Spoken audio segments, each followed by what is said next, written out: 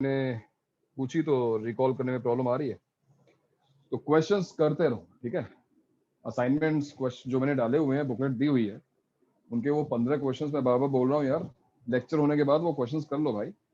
हाँ, ये बड़े इंपॉर्टेंट टॉपिक्स हैं, ये टॉपिक्स बहुत इंपॉर्टेंट हैं। Straight line and circle both, तो कम से कम 3 क्वेश्चंस तुम्हारे जेई मेन के एक स्लॉट में, और एडवांस में भी तुम मान के चलो दोनों पेपर्स मिलाकर 3 से 4 क्वेश्चंस। कोऑर्डिनेट ज्योमेट्री के सबसे इंपॉर्टेंट टॉपिक्स हैं स्ट्रेट लाइन और सर्कल, तो इग्नोर मत करो ध्यान से। कॉमन टेंजेंट्स हम लोग पढ़ रहे थे, common tangents to two circles, and we have already covered the location of two circles, position of one circle with respect to other, right? और उसकी corresponding conditions हम देख चुके हैं। और हमने क्या किया था भाई उसके बाद, क्या हमने लेंथ निकाल ली थी? शौनक, क्या होती है लेंथ ऑफ डायरेक्ट टेंजेंट? हाँ sir. What is the length of direct tangent? Direct tangent मतलब जो बिना वो करे जा रही है ना, सेम साइड पे। सर वो पैरेलल लाइन बनाएंगे एंड देन ट्रायंगल बनाएंगे दोनों सर्कल। मैं क्या पूछ रहा हूँ, तो क्या बता रहा है? Don't behave like Rahul Gandhi यार। मैं पूछ रहा हूँ कि डायरेक्ट टेंजेंट की लेंथ क्या है होती है, फॉर्मूला पूछ रहा हूँ जो हमने डिराइव किया। d square minus r2 minus r1 whole square under root d square minus r1 minus r2 whole square, ये ठीक है। और what is the length of transverse tangent? sir r1 minus r2 Transverse. की जगह r1 plus r2 plus हाँ, तो ये formula भी डिराइव किया था हमने, और उसको डिस्कस भी किया था कि कौन सी लेंथ बड़ी होगी, कौन सी छोटी होगी किसकी लेंथ। हमेशा डायरेक्ट टेंजेंट की लेंथ ज्यादा होगी। फाइन। और यहां से भी तुम देखो, तो याद हम डिस्कशन कर रहे थे कि जब वो टच करते हैं तो जो टेंजेंट बनती है उसको हम क्या बोलेंगे, इंटरनल या एक्सटर्नल। तो तुम देख सकते हो कि ये जीरो कब हो रहा है। फॉर एग्जाम्पल, ट्रांसवर्स टेंजेंट की लेंथ जीरो कब होगी? जब d equals to r1 plus r2 हो जाएगा, यानी जब दोनों सर्कल्स एक्सटर्नली टच कर रहे होंगे। तो जब सर्कल्स एक्सटर्नली टच करते हैं तो ये वाली जो टेंजेंट बन रही है ना, ये वाली, यही वो ट्रांसवर्स टेंजेंट है, उसकी लेंथ जीरो हो गई क्योंकि दोनों जो पॉइंट्स थे वो कोइंसाइड कर गए। On the other hand, when to circles will touch each other internally, तो ये जो टेंजेंट बनेगी ये डायरेक्ट टेंजेंट है, बिकॉज तुम देख सकते हो कि यहां पर d equals to r1 minus r2 हो गया है मॉड ऑफ, तो उसकी वजह से डायरेक्ट टेंजेंट की लेंथ जीरो हो गई। ट्रांसवर्स टेंजेंट का तो स्कोप ही खत्म हो गया, वो तो इमेजिनरी हो चुकी है। ऑलराइट, चलो, तो हमने लेंथ निकाल ली थी, और अब हमारा अगला काम जो है वो है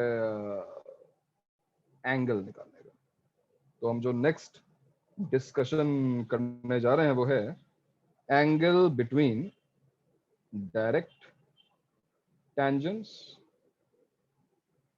and similarly we'll try to find angle between transverse tangents.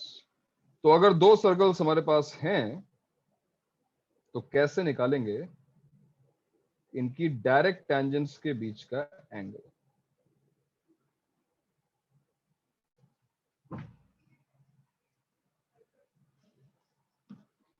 Angle का मतलब समझ रहे होगे। I am interested in finding this angle. So let's say from point P we are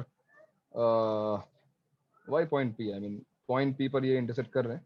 So we have two direct tangents touching these circles at first circle at A1 A2, second circle at B1 B2, and these two tangents are meeting at point P.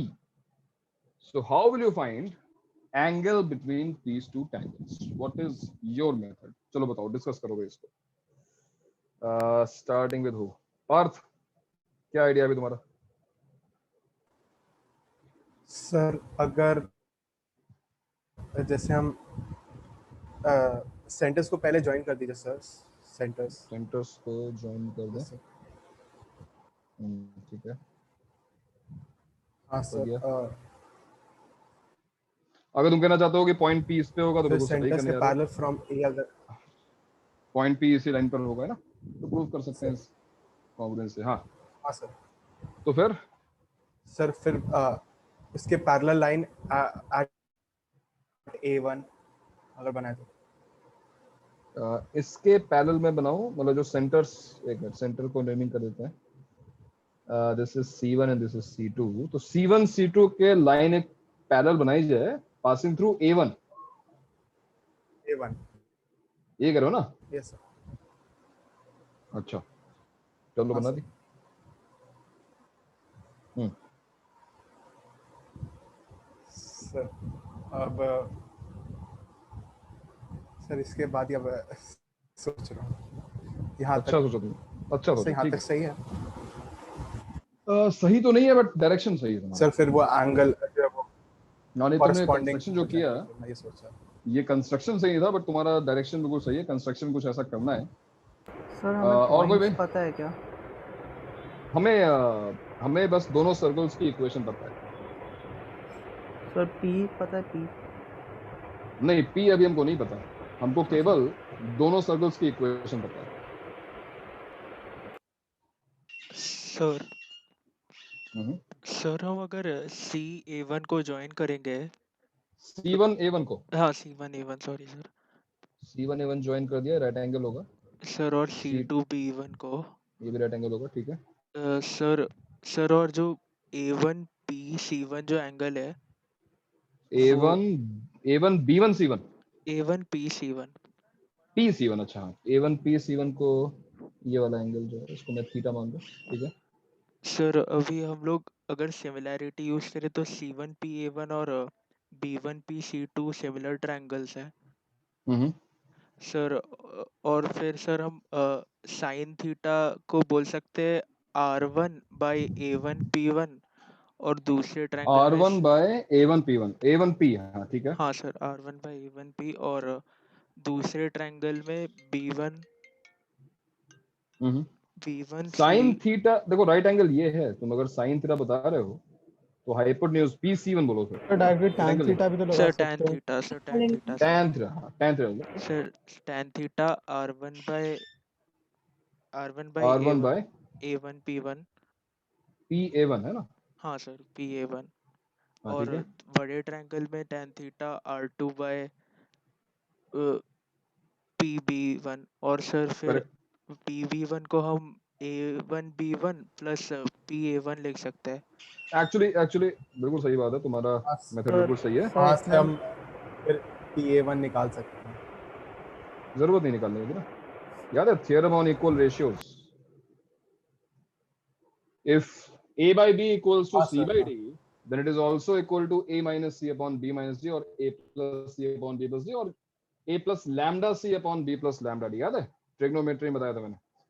तो यहां से because P A1 minus P B1 minus A1 B1 हो जाएगा, ठीक है। यहाँ वैसे ही mod आने वाला है, क्या फर्क पड़ता है।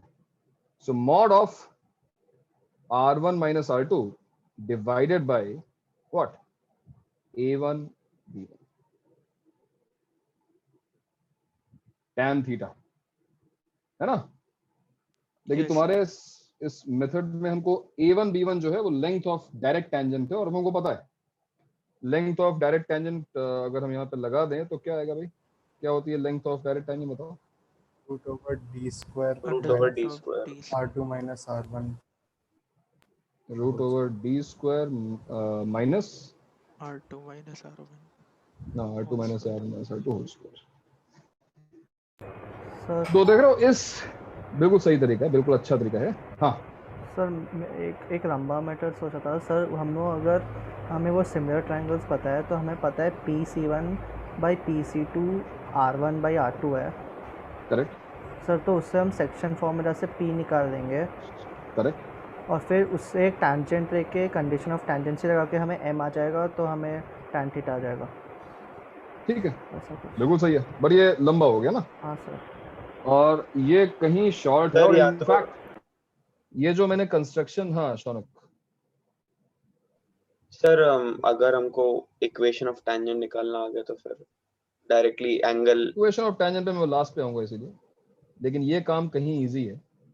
तो ये कंस्ट्रक्शन वही है, ये काम मैंने इक्वेशन ऑफ टेंजेंट से पहले ही तुमसे एंगल क्यों पूछा, बिकॉज सेम कंस्ट्रक्शन जो हमने लास्ट लेक्चर में किया था, हाउ डिड वी फाइंड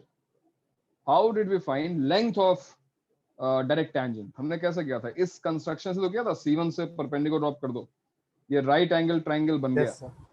और हमारे पास यहाँ पे देखो D है, ये डिस्टेंस है इसके बीच की, और हमारे पास इसकी हेल्प, इस राइट एंगल ट्राइंगल की हेल्प से पाइथागोरस लगा के हमने निकाल लिया था लेंथ ऑफ डायरेक्ट टेंजेंट। अब यहीं पे देखो, ये वाला जो एंगल बनेगा, दिस एंगल, ये मैं शेड कर रहा हूँ, ये एंगल क्या होगा भाई, ये एंगल थीटा ही तो है। थीटा होगा सर। और देखो ना इसमें, अगर मैं लूं इसमें tan थीटा, तो वही तो आएगा जो तुमने लिखा है, mod of r1 minus r2 upon root over d square minus r1 minus r2 whole square. तो ये वही रिजल्ट है, बट ठीक है, हमने और भी स्मार्टली किया विदाउट यूजिंग एनी कंस्ट्रक्शन। हमने अलजेब्रा यूज कर ली, थ्योरम ऑन इक्वल रेशियोज कर लिया, व्हिच इज वेरी नाइस, बहुत अच्छा किया तुमने। और tan थीटा एक बार मिल गया तो तुम्हें केवल 2 थीटा निकालना है। सो 2 थीटा इज योर आंसर। अब तुम यहां तक कैसे भी पहुंच सकते हो, you can use tan 2 theta formula, है ना, sin 2 थीटा फॉर्मूला, जो भी लगाना चाहो लगा सकते हो। तो ये बेटर अप्रोच है। मैं फिर कह रहा हूं कि सर्कल में ट्रिग्नोमेट्री यूज करना, राइट एंगल ट्राइंगल देखकर सिमिलरिटी यूज करना, ये बेटर अप्रोच है, इंस्टेड कि हम बहुत ज्यादा कोऑर्डिनेट ज्योमेट्री यूज करें। जितनी ज्योमेट्री मैं बता रहा हूं उतना मिनिमम है, वो तुम्हें यूज करना चाहिए, आंसर जल्दी आएंगे। देखो ना कितना आसान हो गया। आई मीन अगर हमको दोनों सर्कल्स की इक्वेशन पता है, तो डी निकालना है, डिस्टेंस बिटवीन सेंटर्स निकालना, और रेडियाई निकालना, डिफरेंस निकालना, कितना आसान काम है। जहां तुम्हें tan थीटा मिल गया, तुम्हें इमीडिएटली 2 थीटा डबल एंगल मिल जाएगा उसको। और वही नहीं, M1 M2 वाले, हमेशा M1 M2 वाले मेथड में एक प्रॉब्लम आती है। सो whenever you will try to find angle between two lines, you will have two answers. अगर मैं एंगल बिटवीन टेंजेंट्स पूछ रहा हूँ और मुझे एग्जैक्टली एंगल चाहिए A1 PA2, तो मैं उस मेथड में फंस जाऊंगा ना यार, कि मैं कौन सा एंगल लूं, एक्यूट वाला या ऑब्ट्यूज। हालांकि ठीक है, हम उसको डिस्टिंग्विश कर लेंगे बाद में चलकर, है ना, मेथड्स हैं हमारे पास, लेकिन फिर इतना लंबा प्रोसीजर फॉलो करने का मतलब ही नहीं है, ये कहीं बेटर है। Similarly if we want angle between transverse tangents, transverse, तो कैन यू गेस क्या बनेगा formula? Sir R1 minus R2 की जगह R1 प्लस R2 जैसा यस कुछ। यस, बिल्कुल सही है। R1 माइनस R2 की जगह पर R1 प्लस R2 हो जाएगा। तो मैं इसको, चलो ठीक है, बना देता हूँ यार, बना देता हूँ। तो ये देखो, ट्रांसवर्स के लिए भी मैंने सर्कल्स को इसने रखा है एक्सटर्नली, और हम जिस एंगल को फाइंड करना चाहते हैं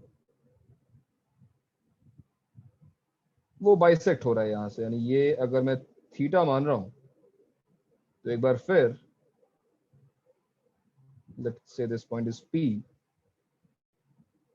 सेम ट्रिक है, this is R1, let's say this point of contact is A1 and this is A2। तो अगर वो थीटा है तो देखो ये भी थीटा है ना। और अगर मैंने लिया tan थीटा इस बार, तो tan थीटा क्या आएगा, tan थीटा इज एक तरफ से R1 upon PA2 and it is also equal to R2 upon R2 upon what, PA1। PA1। और इस बार थियरम ऑन इक्वल रेशियोज की हेल्प से वी कैन ऐड करना बेटर इसलिए है बिकॉज इस बार हमको PA1 प्लस PA2 पता है, यस, जो कि लेंथ ऑफ ट्रांसवर्स टेंजेंट है। तो 2 मिनट काम है डिराइव करना, कोई बड़ी बात नहीं है। tan theta equals to r1 plus r2 divided by a1 a2 and length of transverse tangent which is d square minus r1 plus r2 whole square।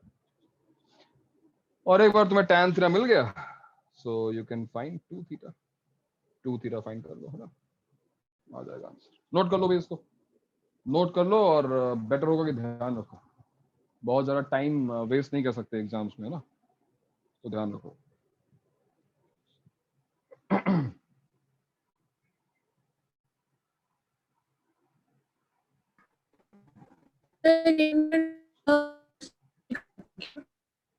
Hello, break हो रही है तुम्हारी आवाज, कौन बोल रहे हैं? तुलिका, आवाज नहीं आ रही तुम्हारी।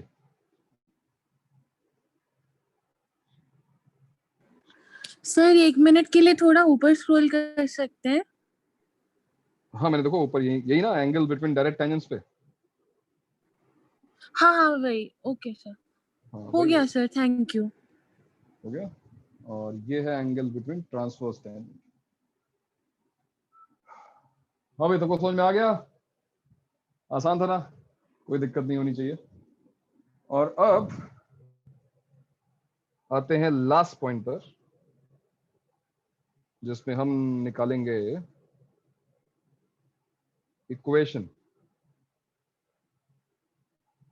Equation of direct tangents। So here, हाँ भाई, yes,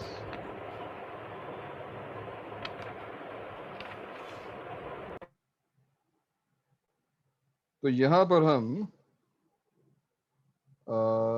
डिस्कस करने जा रहे हैं कि अगर हमारे पास ऐसे दो सर्कल्स हैं जिनके डायरेक्ट टेंजेंट्स पॉसिबल हैं, ये 2 डायरेक्ट टेंजेंट्स हैं मान लो, इनफैक्ट थोड़ा बड़ा बनाते हैं।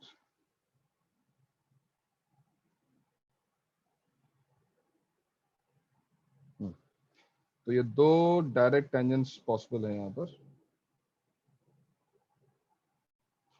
तो क्वेश्चन ये है कि इन दोनों टेंजेंट्स की इक्वेशन निकालने का बेस्ट मेथड क्या होगा। गिवन इंफॉर्मेशन क्या है, you just have equation of 2 circles. तुम्हारे पास केवल सर्कल की इक्वेशन है और कुछ नहीं, and you want to find equation of direct tangents. So what is the best approach, tell me. For example अभी थोड़ी देर पहले कुछ लोग डिस्कस कर रहे थे, और इट विल ऑलवेज वर्क। कुछ ना समझ में आ रहा हो तो इस तरीके से क्वेश्चन कर दो, आंसर डेफिनेटली आएगा। अभी उसने कहा कि let the tangent be y equals to mx plus c। Tangent की इक्वेशन को अज्यूम कर लिया जाए y equals to mx plus c।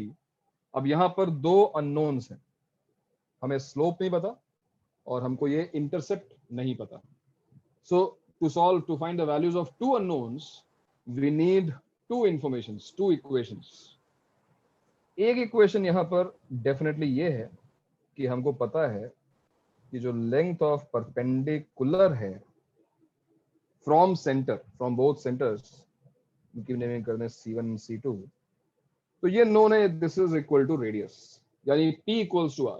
तो P इक्वल्स टू R 2 बार यूज करेंगे तो डेफिनेटली C और M निकल जाएगा।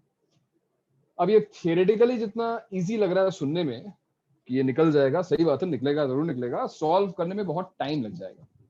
क्यों टाइम लग जाएगा? बिकॉज तुम्हें पता है कि जब तुम परपेंडिकुलर वाली इक्वेशन लिखते हो तो उसमें एक मॉड आता है। जब तुम मॉड सॉल्व कर रहे हो, सर्कल की इक्वेशन क्वाड्रेटिक, हाँ सर्कल की सेकेंडरी इक्वेशन में परपेंडिकुलर में मॉड आता है। और क्योंकि यहाँ पर केवल 2 नहीं 4 टेंजेंट्स पॉसिबल, सो जब तुम इसमें P इक्वल्स टू R करके सॉल्व करोगे ना, तो एक्चुअली क्या होगा, 2 इक्वेशंस, पहली इक्वेशन से मॉड सॉल्व करोगे 2 रिजल्ट्स आएंगे, दूसरी इक्वेशन के भी 2 रिजल्ट्स आएंगे, और आपस में उनको सॉल्व करने के बाद 2 into 2 4 आंसर्स पॉसिबल होंगे। Why? Because we have 2 direct tangents and 2 transverse tangents.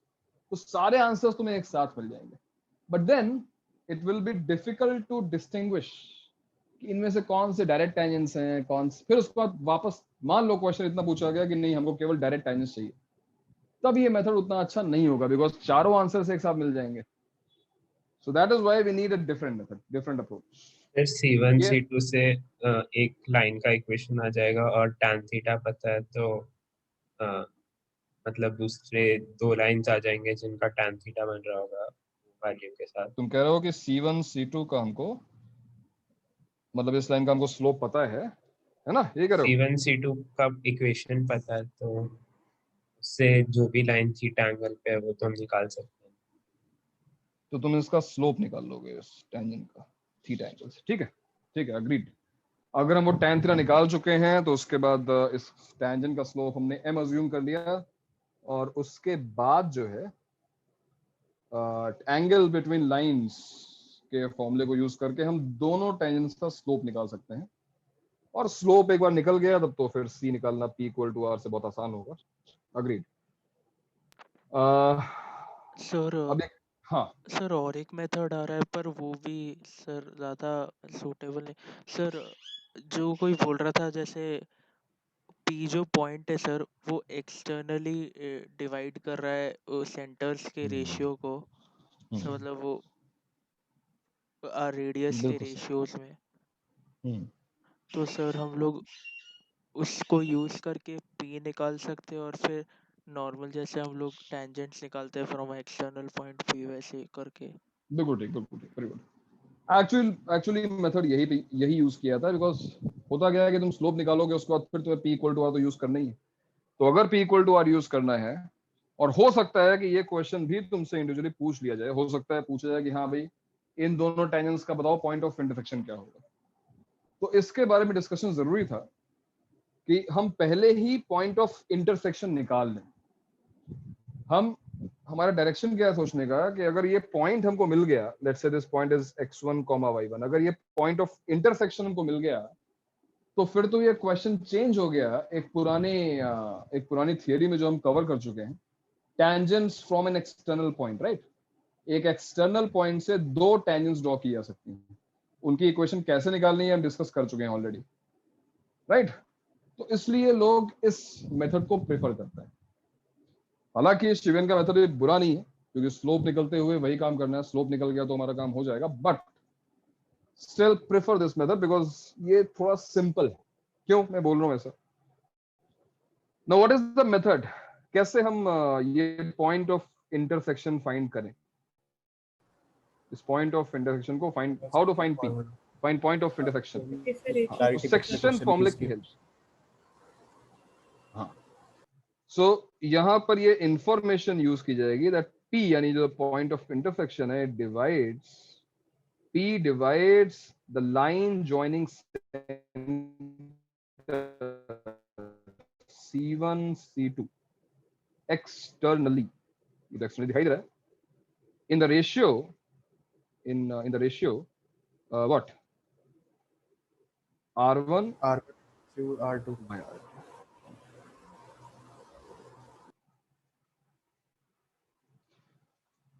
और ये मैं कैसे बोल दिया या कोई भी कैसे बोलता है तो बहुत सिंपल सा एक सिमिलैरिटी का रिजल्ट है कि since triangle PAC1 is similar to PA1C1 is similar to triangle PA2C2.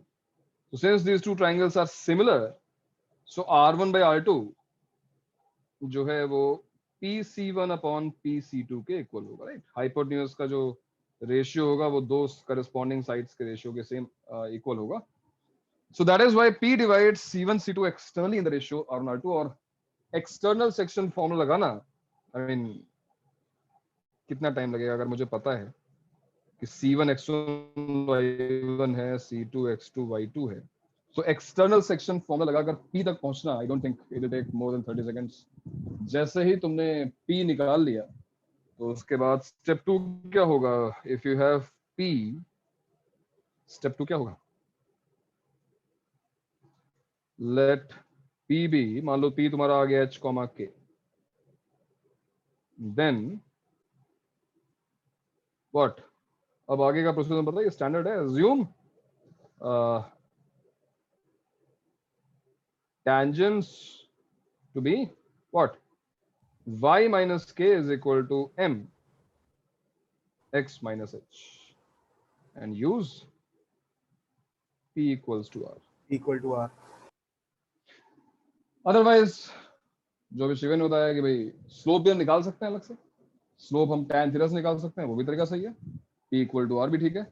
So this is better, क्योंकि ना केवल हमको इक्वेशन ऑफ टेंजेंट्स मिल रही है, एक जो बची हुई इंफॉर्मेशन थी कि टेंजेंट्स कट कहां कर रही है, वो पॉइंट भी हमको पहले ही मिल जा रहा है। So to find equation of direct tangents use this method, this is better. अच्छा, सिमिलरली अगर मुझे इक्वेशन ऑफ ट्रांसवर्स टेंजेंट निकालना हो तो equation of transverse tangents, to find equation of transverse tangents,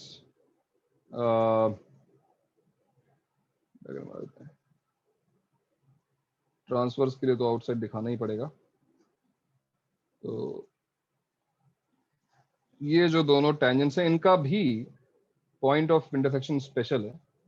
ये पॉइंट भी हमारा the line joining centres, it will lie on the line joining centres, same C1 C2 पे लाई करेगा। और इस बार भी इफ यू सी ये दो ट्रायंगल सिमिलर होंगे। Let's take this point A2 A1, दिख रहा है दो ट्रायंगल सिमिलर। तो अगर दोनों ट्रायंगल सिमिलर हैं तो PC1 by PC2 is again R1 by R2, but change क्या हुआ sir? Internal section formula. Internal है तो फिर पॉजिटिव लेंगे।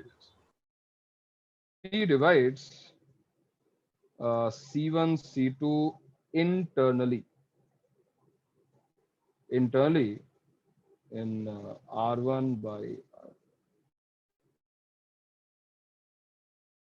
ध्यान रखना कि जिस तरफ तुमने C1 लिया है उसी तरफ R1 हो, ऐसा ना हो कि उल्टा हो जाए तो तुम्हारा सेक्शन फॉर्मूला ही गलत लग गया। थोड़ा सा ध्यान रखना कि R1 और C1 और R2 और C2 सेम लिए जाए, है ना। That's it. तो इस तरीके से आप इक्वेशन ऑफ टेंजेंट्स निकाल सकते हैं आराम से।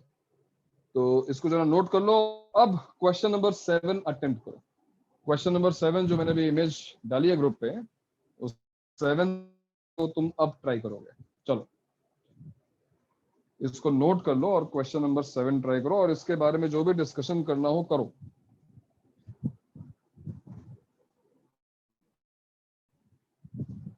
ये ग्रुप थोड़ा इनएक्टिव सा हो गया था भाई, ये पसंद नहीं आ रहा मुझे।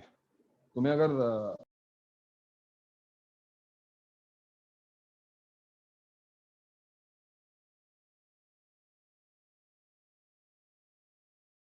फिर सारे निकालने हैं।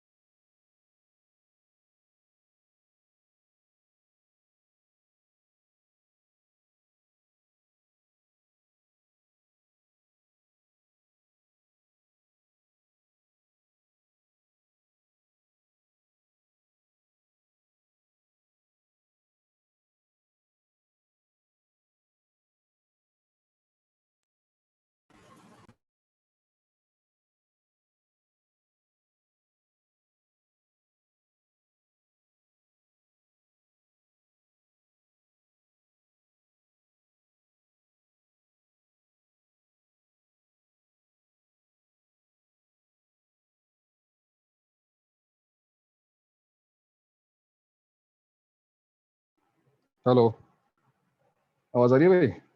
Yes sir. यस नेट चला गया यार, डेटा पे आ गया हूँ। बता देना कुछ प्रॉब्लम हो तो। 7th क्वेश्चन सबको ट्राई करना है, क्वेश्चन नंबर 7। इसके बाद 7th क्वेश्चन में जिन लोगों को ना दिख रहा हो for some reasons. 7th question में सर्कल्स हैं, जो 7th क्वेश्चन का फर्स्ट पार्ट है, x square plus y square minus 2x minus 6y plus 9 equals 0, circle 1।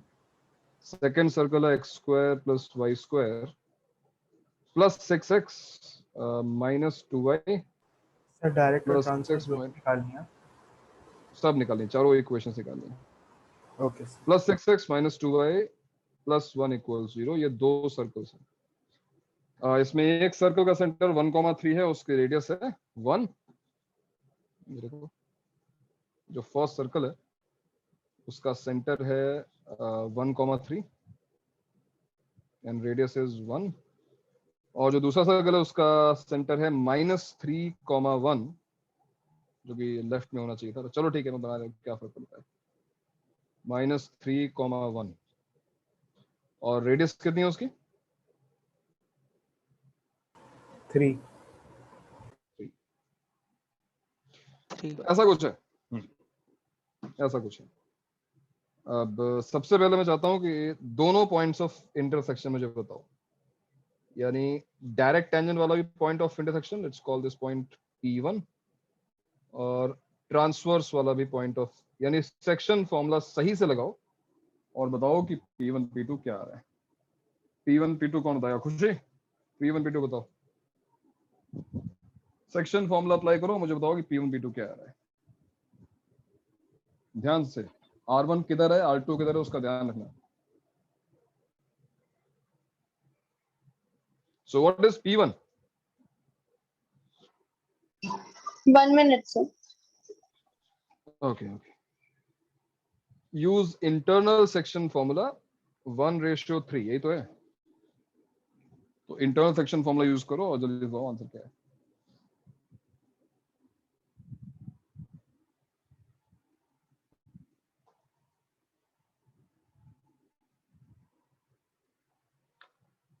No, it's taking longer than expected. Come on. Section formula. This to that, cross 3 to 1, 1 to -3. X coordinate क्या आ रहा है?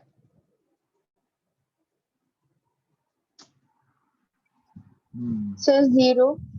0, correct. और y coordinate? Sir 5/2 Sir, 5/2. Correct. 5/2. तो हमने देखो ये बहुत जल्दी निकाल सकते हो, थोड़ी प्रैक्टिस में आ जाओ, ये 10 सेकंड काम है। जैसे ही हमारा P1 निकल गया, अब अगला स्टेप क्या होता है? अगला स्टेप क्या है यहाँ पर? इक्वेशन अज्यूम करना है ना। टेंजेंट की इक्वेशन, जो ट्रांसवर्स टेंजेंट है उसकी इक्वेशन को अज्यूम करना। तो क्या अज्यूम करोगे उसको? y minus y1 is equal to mx minus x1, x minus 0. So this is the equation of tangent. mx minus y plus 5/2 equals to 0. और यहाँ पर अभी m जो है वो अननोन है, तो m निकालने के लिए हम क्या कर सकते हैं? We can choose any one of the circles, कोई भी एक सर्कल चूज कर लो एंड उसमें p equals to r use कर लो। सेंटर से टेंजेंट पे जो परपेंडिकुलर ड्रॉप किया वो रेडियस के इक्वल होगा। अब तुम चलो पहला सर्कल चूज कर लेते हैं, रेडियस उसकी 1 है, तो क्या होगा भाई? Length of perpendicular from 1,3, from 1,3 क्या आएगा? m into 1 minus 3 plus 5/2 upon root over m square plus 1 equals to 1. सही है? क्या ये इक्वेशन में जो लिखी है वो सही है? P equals to R, ठीक है ना? Yes, sir. तो यहां पे लिखा हुआ है m minus half, squaring both sides, root हटाने के लिए। और अब कुछ ऐसा होगा जो मैं पहले ही डिस्कस कर चुका हूं कि यहाँ पर जब हम इसको ओपन करेंगे, m square minus m plus 1/4 आ रहा है is equal to m square plus 1। यहाँ से m स्क्वायर कैंसिल हो गया अगर, तो m की हमको एक ही वैल्यू मिलती है जो कि है 1/4 माइनस 1 माइनस 3/4, -3/4। सर दूसरी नॉट डिफाइंड है। हाँ, -3/4 का मतलब ये नहीं है कि इन दोनों की एक ही टेंजेंट है। तुम देख सकते हो कि दोनों सर्कल्स कंप्लीटली आउटसाइड अदर हैं, इनकी एक्चुअली दो टेंजेंट्स हैं। बट क्या रीजन है कि हमको दूसरी रूट नहीं मिली? वो इसलिए मिली बिकॉज जो दूसरी रूट है, जो सेकंड रूट आनी चाहिए थी, it is simply not defined. Quadratic, when you are expecting two results but you are getting only one because the term of highest degree is getting cancelled, that means we are losing a root, and the reason would be that root is being not defined. वो root जो है infinity minus infinity पहुंच रही है, और especially in case of slope, तो slope not defined meaningful or any other variable may be not defined होने का मतलब फिर उसको इग्नोर करना हो गया। But in case of slope, you know there is something real having not defined the slope, it is a vertical line. तो ये कौन सी लाइन है जिसका स्लोप नॉट डिफाइंड होता है? Obviously x equals to some constant है ना, x equal to constant. So क्या आंसर्स हो गए भाई? एक तो m इक्वल टू -3/4 डायरेक्टली डाल दो, यहाँ पर m की वैल्यू -3/4 डायरेक्टली डाल दो। क्या आंसर आ रहा है भाई -3/4 डालने पर? -3/4 डालने पर आंसर क्या आ रहा है?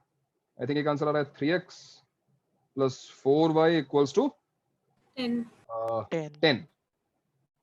तो ये हो गई हमारी एक transverse tangent. Remember this is transverse, ठीक है। और दूसरी ट्रांसवर्स टेंजेंट क्या आएगी अगर वो m नॉट डिफाइंड है तो? x equal equal to 0. x equals to 0 because it is passing through 0,5/2। x equal to constant है तो x इक्वल टू 0 ही होगी, and this is also a transverse tangent. तो फायदा इस मेथड में ये है कि तुम्हें सेपरेटली देख रहे हो, ट्रांसवर्स टेंजेंट अलग मिल जाएगी, और अब तुम डायरेक्ट टेंजेंट निकालने जा रहे हो तो इस बार तुम्हें P2 निकालना पड़ेगा, और इसके लिए एक्सटर्नल सेक्शन फॉर्मूला यूज करना पड़ेगा। एक्सटर्नल सेक्शन फॉर्मूला तो यूज किया किसी ने? एक्सटर्नल सेक्शन फॉर्मूला किसी ने P2 निकाला भाई? हाँ सर। हाँ सर, बताओ क्या रहा है P2? 3,4 3,4 sir. 3,4। तो आई होप ये सब लोग निकाल लेंगे, सबको मेथड समझ में आ गया ना? कॉमन टेंजेंट्स की इक्वेशन निकाल लोगे है ना, ठीक है। तो वो जो 7th क्वेश्चन है उसको कर लेना। 7th क्वेश्चन जो मैंने दिया है उसके दोनों पार्ट्स कर लेना, ठीक है? ठीक है सर आप एक बार फिर बता सकते हैं x इक्वल टू 0 कैसे आया एक टेंजेंट? तुम्हें ये समझ में आया कि एक का स्लोप नॉट डिफाइंड है? सर इन्फिनिटी आ रहा है ना। हाँ, तो इन्फिनिटी मतलब नॉट डिफाइंड, मतलब वही बात हुई ना। तो कौन सी लाइन होती है जिसका स्लोप नॉट डिफाइंड होता है? x equals to lambda, x equal to constant ना, vertical line, a line parallel to y axis. हाँ, yes sir. Right. Now this line is also passing through, ये बोला गया कि ये लाइन जो है पास हो रही है 0,5/2 से। सो ओके सर, समझ में आया। है ना, एक ऐसी लाइन जो वर्टिकल है, वो y एक्सिस के पैरेलल है और 0,5/2 से पास हो रही है, तो it should be y axis itself, यानी x इक्वल टू 0। और इनफैक्ट अगर तुम्हें थोड़ा सा स्लाइट कंफ्यूजन हो तो इस m से यहाँ डिवाइड कर देना। हमेशा m से डिवाइड कर दोगी तो फायदा क्या होगा? अगर m is very large in magnitude, infinity minus infinity जो भी हम कह रहे हैं उसको, तो ये वाली साइड 0 हो जाएगी ना, y - 5/2 अपॉन इन्फिनिटी 0 हो गया, तो answer is x equal to 0, ठीक है। बट बस मैं फिर रिपीट कर रहा हूं कि उसको मिस मत करना कि एक आंसर आ गया तो तुम समझ लो कि एक ही टेंजेंट है, ऐसा नहीं है। दो टेंजेंट्स हो सकती हैं, होती हैं इनफैक्ट। एक्सटर्नल पॉइंट से दो टेंजेंट्स ड्रॉ किए जाते हैं। चलो तो फिर आगे बढ़ते हैं, आगे बढ़े। अभी तो कोई डाउट किसी को इस पॉइंट में? टेंजेंट्स वाला पॉइंट अब कवर माना जाए, सब कुछ हो गया सभी का? सर हाँ एक थर्ड हाँ हाँ सर, अगर किसी के लाइक ट्रांसवर्स टेंजेंट का एक केस होता है, जैसे वन सिंगल ट्रांसवर्स टेंजेंट, वो कैसे आइडेंटिफाई होगा? Single transverse tangent? हाँ सर, वो केस कैसे आइडेंटिफाई होगा? हाँ, जो सिंगल ट्रांसवर्स टेंजेंट होगी, जैसे वो किस केस में होगी सोचो। भाई वो कौन सा केस होगा जिसमें एक ही ट्रांसवर्स टेंजेंट आएगी? वो केस होगा जहाँ पे सर्कल्स एक्सटर्नली टच कर रहे हैं। एक्सटर्नली टच करेंगे सर। यस। तो तुम ज्योमेट्रिकल पॉइंट ऑफ व्यू से पूछ रहे हो तो तुम्हें कहूंगा कि उसकी लोकेशन एक बार चेक कर लो, तो तुम्हें दिख जाएगा कि एक ही है। बट अगर तुम एल्जेब्रिक पॉइंट ऑफ व्यू से पूछ रहे हो तो जरा सोचो कि क्या हो रहा है। अगर तुम एल्जेब्रिक पॉइंट ऑफ व्यू से पूछ रहे हो, सोचो कि ये दोनों सर्कल्स एक दूसरे के क्लोज आ रहे हैं, तो इन ट्रांसवर्स टेंजेंट्स के साथ क्या हो रहा है? ये ट्रांसवर्स टेंजेंट्स भी एक दूसरे के क्लोज आ रही है, and when to circles will touch each other, these two will coincide. तो यहाँ पे ऐसा नहीं होगा कि m स्क्वायर कैंसिल हो गया। क्या होगा यहाँ पर? बन जाएगा, परफेक्ट स्क्वायर बनेगा। यहाँ पे एक परफेक्ट स्क्वायर बन जाएगा। तो जब परफेक्ट स्क्वायर बन गया तो उसका मतलब एक ही टेंजेंट है ना? Okay sir. चलो भाई आगे बढ़ते हैं। कॉर्ड ऑफ कॉन्टैक्ट हमारा हो चुका है ना? हाँ, कॉर्ड ऑफ कॉन्टैक्ट हो चुका है। मैं ऐसा करता हूँ तुम्हें, हालांकि ये थियोरी हमारे सिलेबस में नहीं है, बट थोड़ा बहुत इसके बारे में डिस्कशन कर लेते हैं। बड़ा अगर हम प्योर ज्योमेट्री पढ़ रहे होते तो ये बड़ा इंपॉर्टेंट पॉइंट होता, लेकिन फिलहाल प्योर ज्योमेट्री हमारे सिलेबस में है नहीं। तो हमारा नेक्स्ट पॉइंट है पोल एंड पोलर। पोलर जो भी कह लो, पोल एंड पोलर।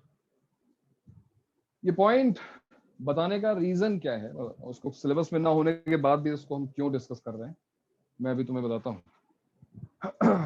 तो पहले तो हम इसकी थ्योरी समझ लेंगे, इसका मतलब क्या है, what is pole and what is polar, and the definition holds true for every conic. जो हम यहाँ पे सर्कल के लिए पढ़ेंगे, it holds good for parabola, ellipse and hyperbola as well. तो टेक एनी 2 डिग्री कर्व, फिलहाल तो हम सर्कल ही लेंगे यहाँ पे, ठीक है। And then take a point anywhere in the plane of circle. तुम वो पॉइंट कहीं भी ले सकते हो, सर्कल के अंदर, सर्कल के बाहर, कहीं भी ले सकते हो, एक्सेप्ट इट्स सेंटर। सेंटर मत लेना, क्यों नहीं लेना मैं उसको बताऊंगा। तो मान लो मैंने एक पॉइंट यहाँ पे इनसाइड दिया इस तरीके से, दिस इज पॉइंट पी। अब इस पॉइंट से we can draw infinite sequence to this circle. हम बहुत सारी सीक्वेंस यहाँ पे ड्रॉ कर सकते हैं, राइट? मैं चाहो देखो ये सीक्वेंस ड्रॉ कर सकता हूँ।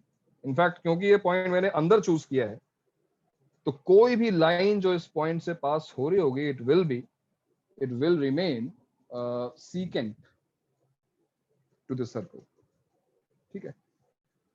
नाउ ये सीकेंट जहां पे सर्कल को कट कर रही है, इन दोनों पॉइंट्स पर अगर मैंने टेंजेंट्स ड्रॉ की, देखो यहाँ पे टेंजेंट ड्रॉ कर दी और यहाँ पे भी टेंजेंट ड्रॉ कर दी, तो डेफिनेटली ये टेंजेंट्स कहीं मीट करेंगे, है कि नहीं? ये टेंजेंट्स मीट करनी चाहिए। ये टेंजेंट्स कब मीट नहीं करेंगी? जब ये जो मैंने सीकेंट ड्रॉ की है ये डायमीटर हो जाए। तो in any other case these two must intersect. जैसे मैंने ये एग्जांपल लिया, ये कट करनी चाहिए। मैंने दूसरी जो लाइन बनाई है वो थोड़ा सा, चलो ठीक है कोई बात नहीं, ये इधर चली गई और ये इधर चली गई, तो ये भी तो कट कर रही है। सर आप एक बार रिपीट कर सकते हो, आपने क्या बोला? हाँ, मैंने ये कहा कि मैंने एक पॉइंट लिया है और वो पॉइंट जो है, एक मिनट, हाँ, वो पॉइंट जो है वो सर्कल के प्लेन में है। It can be anywhere. Point P is in the plane of this circle. It is inside. In my example, it can be outside. It can be on the circle as well. ये कहीं भी हो सकता है। अब इस point से मैंने कुछ सीक्वेंस ड्रॉ की है सर्कल, देख रहे हो? ये मैंने तुम्हें एग्जांपल दिया 3 का, हम इनफाइनाइट सीक्वेंस ड्रॉ कर सकते हैं। तो मैंने फिलहाल यहाँ पे 3 बनाई, देख रहे हो ये? और इन सीक्वेंस का जो पॉइंट ऑफ इंटरसेक्शन है, वहां पे मैंने टेंजेंट्स ड्रॉ कर दिए। इन दोनों टेंजेंट्स का जो पॉइंट ऑफ इंटरसेक्शन है, फिलहाल मैंने Q1 बनाया, Q2 बनाया, और मान लो मैं एक सीक्वेंट और थोड़ी अच्छी से बना देता हूँ जिससे उसका पॉइंट ऑफ इंटरसेक्शन निकालना आसान हो जाए मेरे लिए। तो इंस्टेड ऑफ दिस सीकेंट इसको हटा दो, मान लो मैं कुछ ऐसे देता हूँ, ये सीकेंट और इसका पॉइंट ऑफ इंटरसेक्शन ये मान लो this, and let's call this point Q3. ठीक है भाई, तो होगा ये कि ये जितने भी तुम्हें पॉइंट्स ऑफ इंटरसेक्शन दिखाई दे रहे हैं ना, ये कोलिनियर होंगे, they will lie on a line. और जो पॉइंट तुमने जहां से तुमने इनिशियली स्टार्ट किया था, इट इज कॉल्ड पोल, और जो करस्पॉन्डिंग हमको ये लाइन मिल रही है ना Q1, Q2, Q3 वाली, इसको बोलते हैं polar. So what is pole and what is polar? Once again मेरी बात को ध्यान से समझो। What is pole? Pole is a point through which infinitely many secants will be drawn to the given second degree curve। बहुत सारी secants मैंने draw कर दी। Now at every point of intersection with the second degree curve, at every point of intersection we are going to draw tangents। दो tangents हमने draw कर दी। Both tangents will sir आप intersect एक बार at some पोल का definition repeat कर सकते हैं? पोल को डेफिनेशन नहीं, पोल इज अ पॉइंट। ओके, सो मैं लिखता हूँ, चलो उससे बढ़िया है तुम शायद लिखा हो, समझ में आ जाए तुमको कि secants to curve are drawn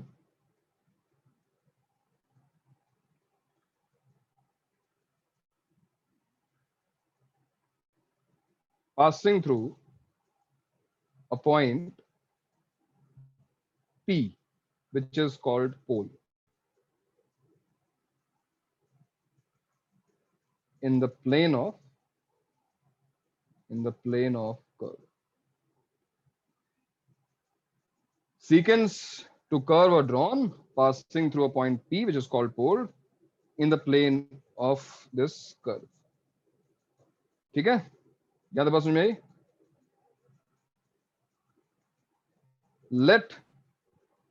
let these secants cut curve at A comma B, then the locus of point of intersection of tangents at A and B is called polar, which is going to be a line। ये भी हम proof करेंगे। तो फिर से एक बार देखो, मैं फिर से तुम्हें एक्सप्लेन करता हूं, डायग्राम को देखो। इस डायग्राम में क्या किया मैंने, सबसे पहले ये पॉइंट लिया है, पॉइंट P। तो ये पॉइंट मैंने जैसे ही लिया, मैंने क्या किया, मैंने ब्लू देखो लाइन से, ये मैंने बहुत सारी सीक्वेंस, मैंने फिलहाल यहाँ पे 3 सीक्वेंस ड्रॉ की। जैसे ये देखो, ये पॉइंट A ले लो और ये पॉइंट B ले लो, यहाँ पे दिस इज पॉइंट B। इसके बाद अगला स्टेप क्या था, मैंने A और B पर 2 टेंजेंट्स ड्रॉ की हैं, और ये दोनों tangents, you can see these 2 tangents are intersecting at Q1। Now this the same procedure can be repeated infinitely many times, right? हम सेम वो काम कई बार कर सकते हैं। These secants are intersecting at AB. Any other secant is intersecting, let's say, at A1, B1. तो इसकी भी जो tangents होंगे वो कहीं मीट कर रही होंगी। इन सारे पॉइंट्स को अगर तुम कनेक्ट करोगे, in other words, if you will try to find locus of this point of intersection, it will come out to be a line, एक straight line आएगी, and that straight line is called polar। इसी को polar बोलते हैं। And with respect to this point, this line is called polar, and with respect to polar this point is called pole. तो ये पोल और polar की definition. अब बताओ, इसके पहले हम प्रूफ पे जाएं, पहले ये बताओ कि ये स्टेटमेंट, ये बात समझ में आ रही है कि हो क्या रहा है? Yes sir. Yes sir. मैं फिर तुम्हें दिखा दूं कि मैंने क्या किया। इस बार मैं ज्यादा सीक्वेंस ड्रॉ नहीं करूंगा। मैंने एक सर्कल लिया और रैंडम पॉइंट चूज किया। It can be inside, it can be outside. चलो इस बार मैं एग्जांपल के लिए मैं आउटसाइड लेता हूं, ये point P। Now from point P we can draw many lines intersecting the circle at 2 points. जैसे मान लो ये A और B पे कट कर रहा है। A पर टेंजेंट ड्रॉ कर दो, B पर टेंजेंट ड्रॉ कर दो, and let's call this point Q। तो लोकस ये पोल है, this point is pole. Locus of Q is polar of P, यानी पोल। इस पॉइंट का जो लोकस होगा, इस पॉइंट का जो पाथ होगा, वही इसकी पोलर होगी। और वो पाथ मैं पहले ही बता चुका हूं कि वो पाथ जो है वो एक स्ट्रेट लाइन होगा। ठीक है, अभी क्लियर है? थोड़ी और क्लैरिटी आई? और बताओ सर वो एंगल सेम होंगे क्या? कौन से एंगल्स? ये तुम इनकी बात कर रहे हो क्या? ये एंगल? हाँ। नहीं हो सकता ना, क्योंकि इमेजिन करो कि यहां से मैंने एक लाइन ड्रॉ की जो उसका डायमीटर हो गया, तो ये दोनों टेंजेंट्स तो कभी मिलेंगी नहीं, मतलब इनके बीच में एंगल 0 है। तो ये तो कंस्ट्रक्शन से दिख रहा है कि एंगल तो डिफरेंट होंगे, एंगल सेम नहीं होंगे, है ना? एंगल सेम हो सकते हैं अगर इसकी लेंथ तुम सेम कर दो, तो ऐसी 2 सीक्वेंस तुम ड्रॉ कर सकते हो। अब बताओ कि कैसे इस पॉइंट को प्रूव किया जाए।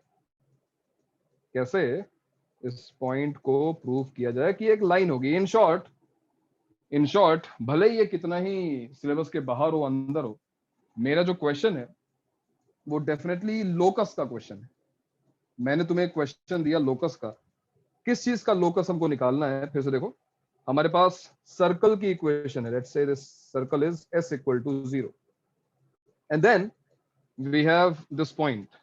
This point can be anywhere in the plane of this circle. और आगे कहानी तो बताइए कि इस पॉइंट से हमने सीकेंट ड्रॉ की। सीकेंट जहां पे कट करती है उन दोनों पॉइंट्स पे टेंजेंट ड्रॉ की, और इसका जो पॉइंट ऑफ इंटरसेक्शन है, इस पॉइंट का तुम्हें लोकस निकालना है। So how will you do this? Tell me, कैसे करोगे इसका? सर पी पॉइंट पता है क्या? पी पॉइंट पे फैमिली ऑफ लाइन कर सकते हैं। पी हमको पता है, हाँ। फैमिली ऑफ लाइन जीरो से कर सकते हैं। बिल्कुल। फैमिली ऑफ लाइन्स की क्या जरूरत है Parth? Why family of lines? Family of line से तुम क्या करोगे? यहां पर t equals to 0। t equals to 0 बहुत बढ़िया इक्वेशन है यार। t इक्वल्स टू 0 बहुत तुम्हारे काम में आने वाली है। डायग्राम को देखते ही ढूंढा करो कि कहीं t इक्वल टू 0 लग रहा है कि नहीं लग रहा है। तो मुझे बताओ कि क्या तुम्हें यहाँ पर t इक्वल्स टू 0 कहीं दिखाई दे रहा है? बताओ भाई। Yes sir. कहाँ दिखाई दे रहा है? AB point of chord of contact है, तो कॉर्ड ऑफ कांटेक्ट की equation t equal to 0। Correct. तो अगर तुम इस डायग्राम को देखो तो साफ दिखाई दे रहा है।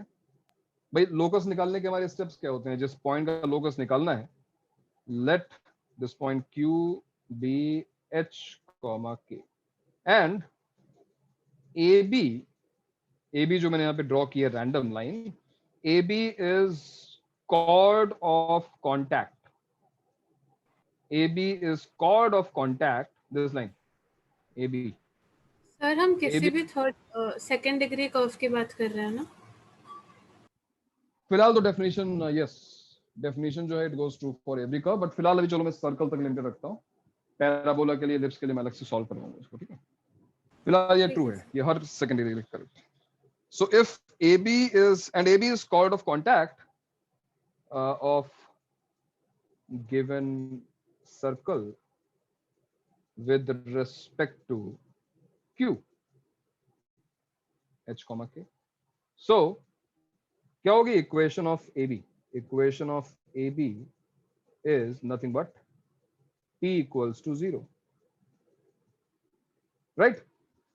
If you want to write the whole equation हम लिख सकते हैं, क्योंकि जो सर्कल की इक्वेशन है वो हमने अज्यूम कर ली है। मान लो x square plus y square plus 2gx plus 2fy plus c equal to 0। तो क्या होगा भाई? t equal to 0, t equal to 0 क्या हो जाएगा? क्या होगा?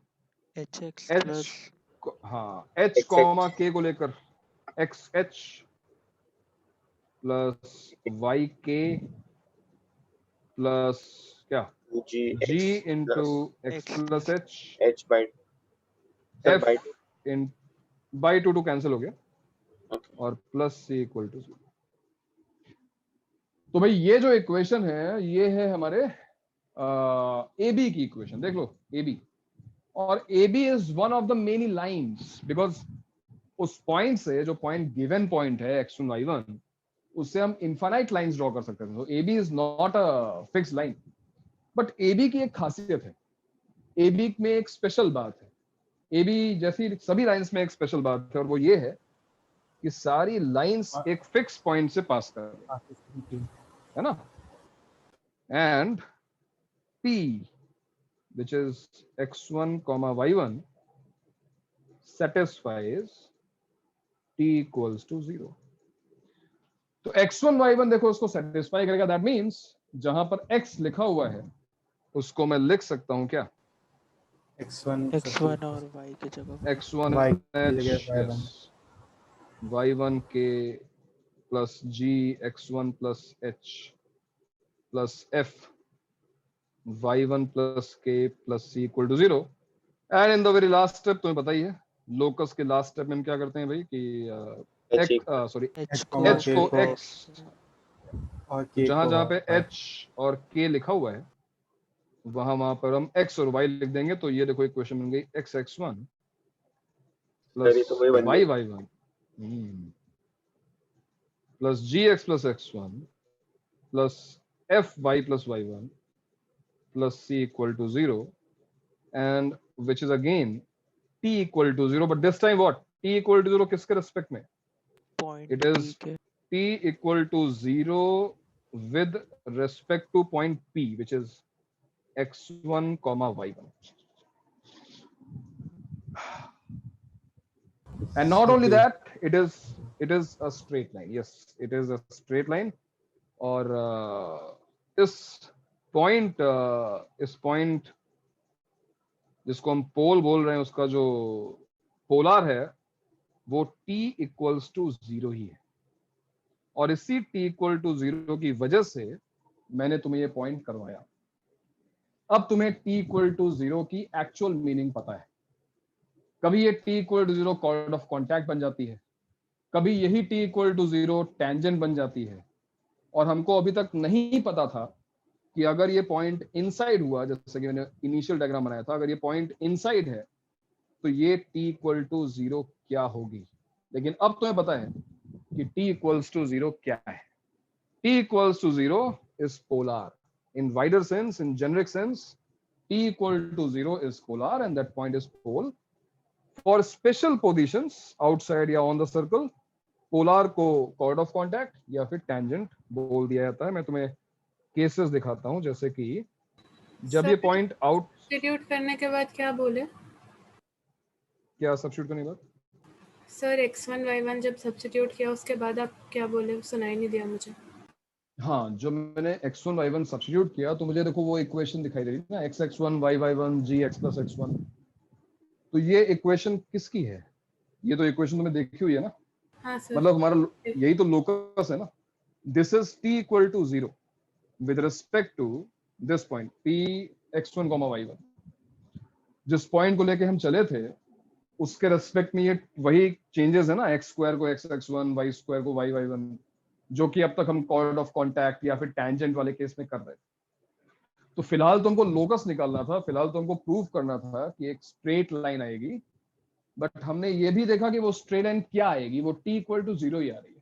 तो मैं उसी को एक्सप्लेन कर रहा हूँ कि वो t इक्वल टू 0 क्यों आ रही है। तो अज्यूम करो कि ये पॉइंट आउटसाइड है, अज्यूम करो कि ये पॉइंट आउटसाइड है। अब तुम सीकेंट ड्रॉ कर रहे हो और तुम कह रहे हो कि वो जो पॉइंट ऑफ इंटरसेक्शन आएगा उस पर टेंजेंट ड्रॉ करो। मैं सीकेंट का ही स्पेशल केस लेता हूं। मान लो सीकेंट जो है वो टच करके निकल जाए, मतलब ये टेंजेंट बन जाए। ध्यान सुनना, ठीक है।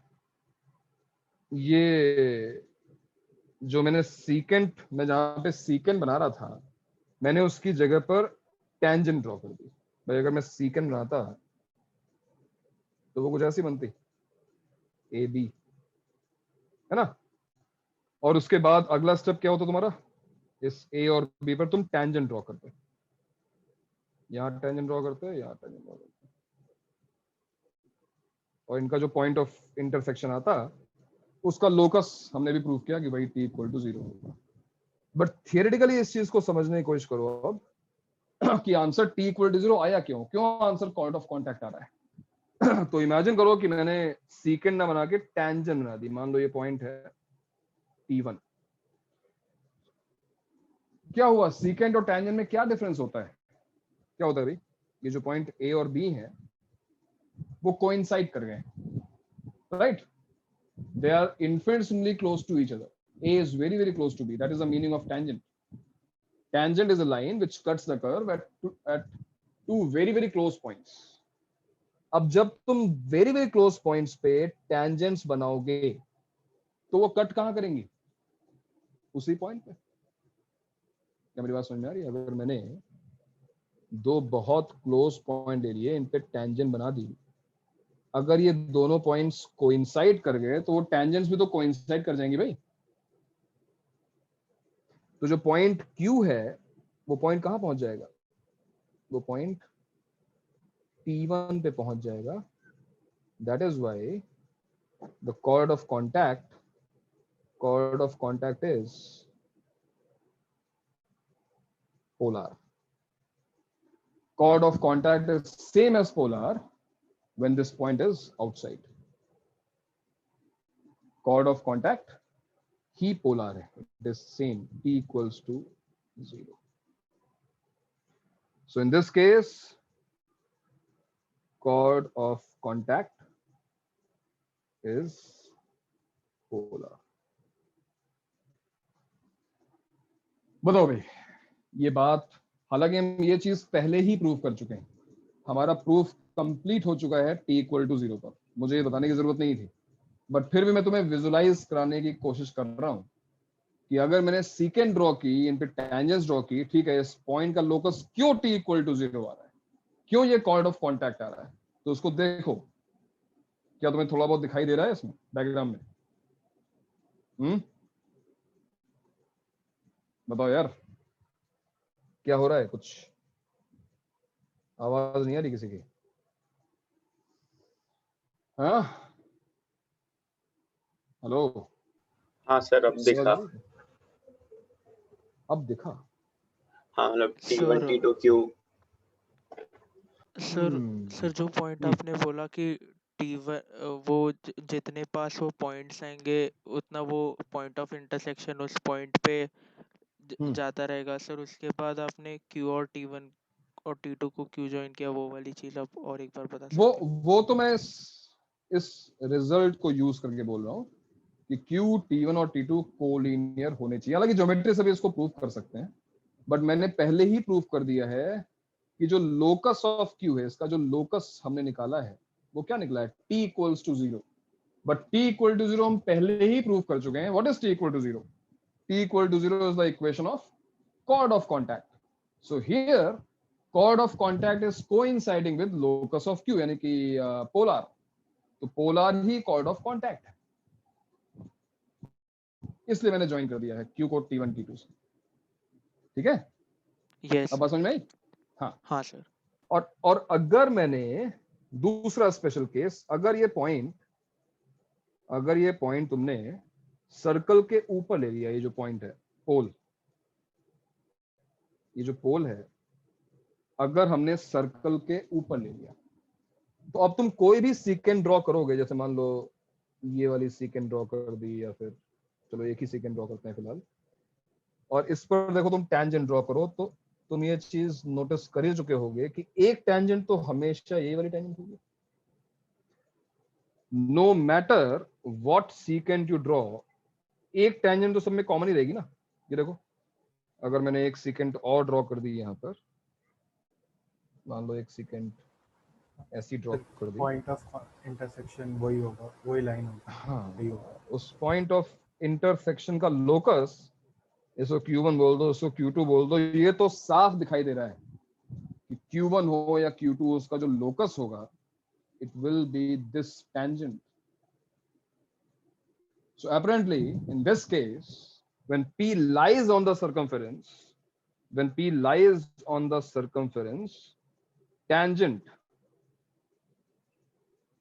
tangent is polar. Tangent he polar होती है, ठीक है।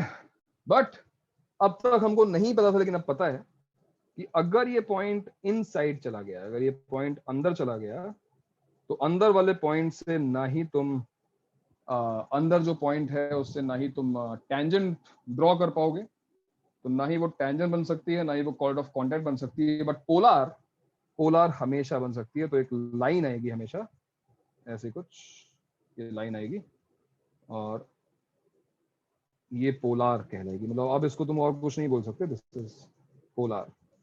और आई थिंक तब तक तुमने ये भी नोटिस कर लिया होगा कि पोल और पोलार एक दूसरे, मतलब I mean line joining pole to centre of the circle will be perpendicular to the polar. वो m1 m2 इक्वल टू -1 से तुम प्रूव भी कर सकते हो यहाँ पे स्लोप निकालकर, है ना, t इक्वल टू 0 का। तो ये है पोल एंड पोलार, ये पोल और पोलार है। कंफ्यूजिंग है क्या ये? कंफ्यूजिंग क्योंकि स्टेटमेंट काफी बड़ा है, तो एक बार इंग्लिश को पूरा पढ़ने में टाइम लगता है, but once you get through all this, एक बार इसको देख लो ठीक से और डायग्राम में समझ लो, उसके बाद ये विजुलाइज करने में टाइम लगेगा नहीं कि क्यों इसका आंसर टी। इसका प्रूफ भी बहुत सिंपल सा है, हमने कॉर्ड ऑफ कांटेक्ट वाला ही यूज किया है प्रूफ करने के लिए। t इक्वल टू 0 यूज करके p इक्वल टू 0 प्रूफ कर दिया है, बट हमने t इक्वल टू 0 जहां पे q का स्टार्ट किया था, q का स्टार्ट किया और फाइनली हमने प्रूफ किया t equal to 0 with respect to p। So in wider sense, chord of contact is called a polar, chord of contact is called a tangent, chord of contact is called polar with respect to pole is always correct। तो हमेशा हर एक point की एक polar होगी। और तुमने ये भी नोटिस किया होगा कि पोजीशन क्या है पोल और पोलार की। तो बहुत क्लियर सी बात है कि जब ये पॉइंट बाहर है, ये मैंने पहले भी डिस्कस किया था, जब ये पॉइंट बाहर है तो जो पोलार आ रही है वो अंदर की तरफ आ रही है, देखो ये आ रही है ना। जैसे जैसे हम इस पॉइंट को क्लोज लाएंगे, अब हम देखो और क्लोज ले आए, अगर इस पॉइंट को अगर मैं सर्कल के ऊपर ले आऊं तो ये जो पोलार है वो बाहर निकल गई, बाहर निकल गई, मतलब अब ये टेंजेंट ही हो गई। और अगर मैंने इस पॉइंट को अंदर ले लिया तो जो पोलार है वो बाहर निकल जाएगी ऐसे कुछ। तो इनकी पोजीशनिंग भी बड़ी क्लियर है। इसको मैं P1, P2 और P3 बोल दूं। So this is polar with respect to P3. This is polar with respect to P2, and this is polar with respect to P1. तो क्या ये चीज, ये एनिमेशन दिमाग में चल रहा है कि एक पॉइंट अगर बाहर है तो पोलार अंदर है, पॉइंट अगर ऑन द सर्कल है तो पोलार भी ऑन द सर्कल टच कर रही है। अगर ये पॉइंट अंदर गया, अगर ये पॉइंट सर्कल के अंदर पहुंच गया तो पोलार जो है वो बाहर निकल जाएगी, ऐसा है। Yes sir. और अगर मैंने इस पोल को, इस पॉइंट को सर्कल के सेंटर पे डाल दिया तो क्या होगा? पोलार कहाँ चली जाएगी? इन्फिनिटी पहुंच जाएगी।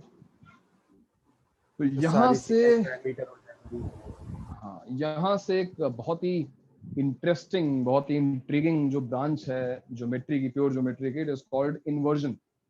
इन्वर्जन मीनिंग, इन्वर्जन का मतलब होता है taking images of objects with respect to circle, reflection in the mirror circle, straight and mini circle में इमेज लेना, तो वो पोल एंड पोलार की थ्योरी है।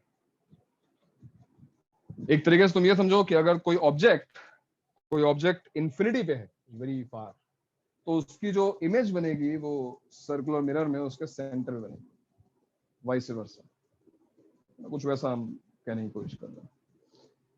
सो this is pole and polar. और तुम्हें अगर कुछ याद रखना है तो मिनिमम, अगर कुछ याद रखना चाहते हो कम से कम, तो इसको जरूर याद रखना, ठीक है, दिस पॉइंट, कि पोलार की इक्वेशन t इक्वल टू 0 होती है। फाइनल लिख दूं, स्टेटमेंट जो फाइनल स्टेटमेंट है जो तुम्हें कम से कम याद रखना चाहिए वो ये है कि polar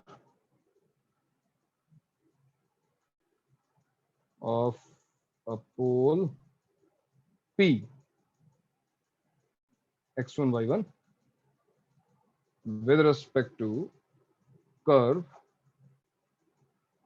S equal to 0 will be T equals to 0.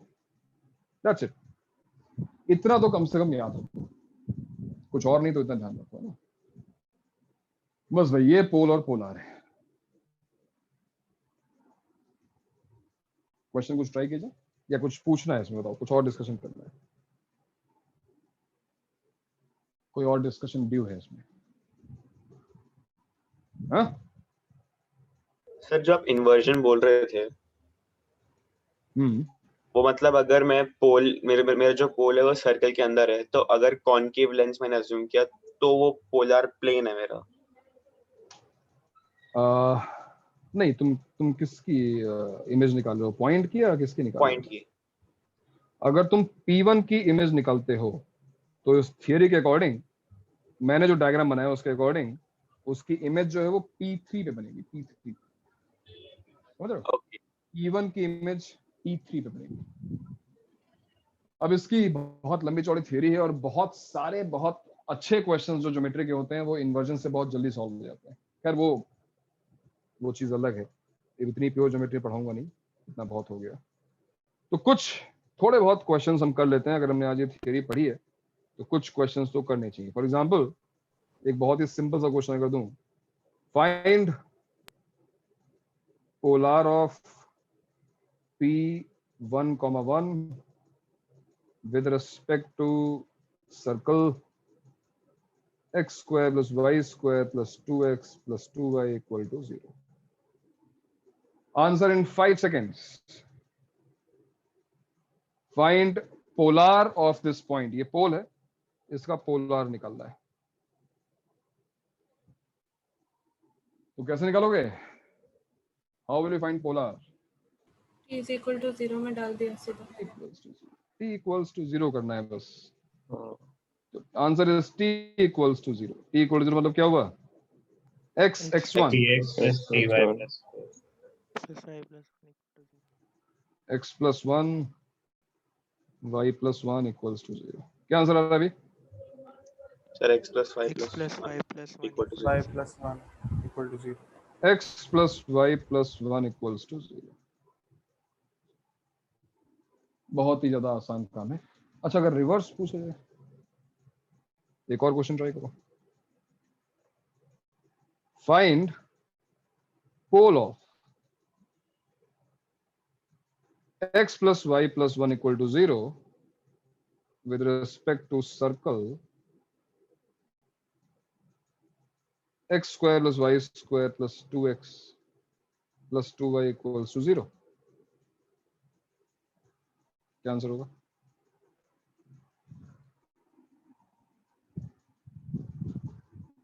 अरे आंसर तो बोल दो। आंसर तो 1,1 रहेगा। 1, होगा। हाँ, लेकिन सर कंपैरिजन से हो जाएगा ना, x1 y1 Comparison ऐसे करेंगे। होमोजेनाइजेशन ना, होमोजेनाइजेशन कैसे आ गया यहाँ पर? तुम्हें होमोजेनाइजेशन क्यों याद आया प्रतीक्षा? सर आपने पोल पूछा, मुझे लगा आपने x plus y plus 1 दिया और सर्कल पूछा। नहीं, मैं पूछ रहा हूँ कि अगर तुम्हें उल्टा, तुम्हें अगर पोलार दी जाए, दिस इज पोलार, ये पोलर दी गई है, तो पोल कैसे निकालोगे, उस पॉइंट तक कैसे पहुंचोगे? ठीक है सर वो एक्स एक्शन वाली इक्वेशन को देख के कंपेयर कर देंगे। Yes yes.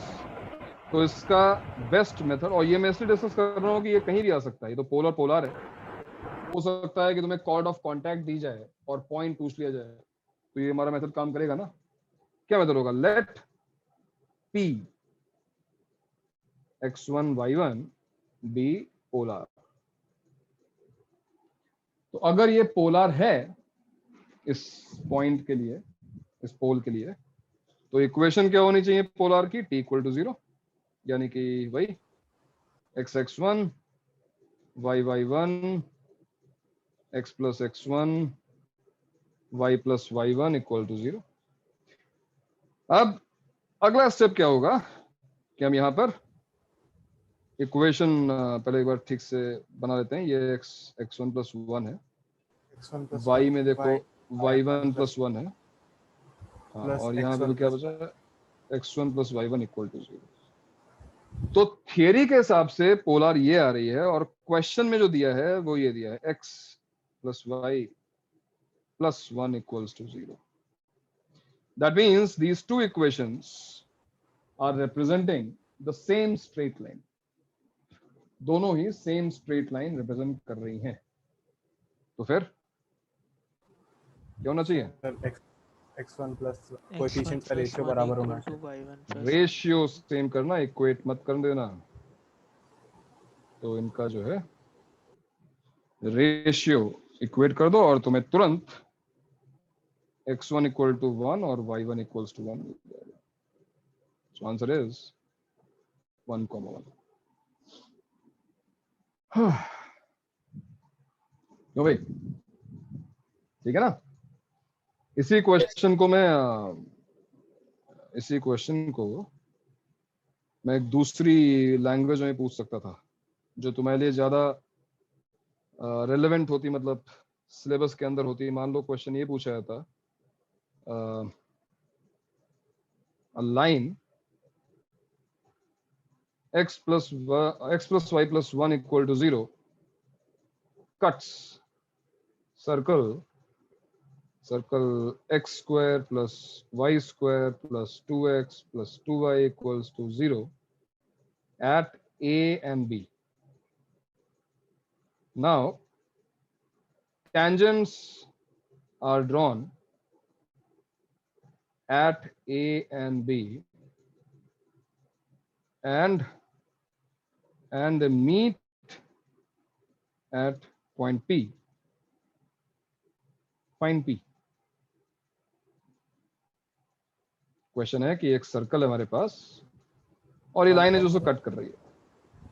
एग्जैक्टली, बिल्कुल सही बात है। Answer is again same 1,1, because question इस बार ये बोला जा रहा है कि एक लाइन दी हुई है जो सर्कल को 2 पॉइंट पे कट करती है, और इन दोनों पॉइंट्स पे आपने टेंजेंट ड्रॉ कर दी। तो इन टेंजेंट्स का पॉइंट ऑफ इंटरसेक्शन बताओ। तो अगर हम सर्कल को और लाइन को सॉल्व करेंगे तो हमें ए और बी मिल जाएंगे। फिर हम अगर ए पर जो टेंजेंट की इक्वेशन है, बी पर टेंजेंट की इक्वेशन, उसको लिखेंगे, फिर दोनों को सॉल्व करेंगे तो आंसर तक पहुंच तो जाएंगे। बट जो क्वेश्चन का आंसर 10 सेकंड में आ सकता था या 1 मिनट में आ सकता था, उसमें 5 मिनट लग जाएंगे। अगर तुम ढंग से इस डायग्राम को देखो तो ये पोल और पोलर है, ये कॉर्ड ऑफ कांटेक्ट, ये कॉर्ड ऑफ कांटेक्ट है फ्रॉम एन एक्सटर्नल पॉइंट। तो इसीलिए ऐसे डायग्राम में जब ऐसी बात हो, कुछ भी ऐसी बात हो, तो टेंजेंट्स को छोड़कर कॉर्ड ऑफ कांटेक्ट पे पहुंचो। कॉर्ड ऑफ कांटेक्ट को नोटिस करो, कॉर्ड ऑफ कांटेक्ट ज्यादा इंपॉर्टेंट है। तुम यहां भी देख सकते हो कि ये क्वेश्चन कुछ और नहीं, सेम क्वेश्चन है जो मैं ऊपर किया है। Find the pole of this polar, find the pole of this polar. हमें एबी की पोल, एबी का पोल ही तो निकालना है, और एबी का पोल निकालने का मेथड वही होगा, या फिर जो कॉर्ड ऑफ कांटेक्ट निकालने का तरीका है t इक्वल टू 0 से कंपैरिजन। तो इसका भी आंसर सेम ही है, point P is 1,1, same answer. ठीक है, ये बात समझ में आई? Yes sir. Yes sir. Okay. चलो एक क्वेश्चन और लिख लो। एक्चुअली इसकी एक प्रॉपर्टी है, इसकी बहुत सारी प्रॉपर्टीज है, मैं इतना बताऊंगा नहीं, बस एक छोटी सी प्रॉपर्टी। सर छोड़ देंगे क्या? अभी 9 बजे सर टेस्ट अभी है। सर टेस्ट है सर, अभी 9 बजे क्या? सर अभी टेस्ट है सर, वो जीबी सर ने रखा है। जीबी कितने बजे से? 9 बजे 9 बजे से। 9 बजे टेस्ट रख दिया है, अच्छा। Yes sir. हाँ सर, वो morning batch and evening batch का मिल नहीं रहा था कुछ भी ऐसे इंटरसेक्शन तो। अच्छा सर आयुष प्रो मैथमेटिशियन है, इंटरसेक्शन। कौन है?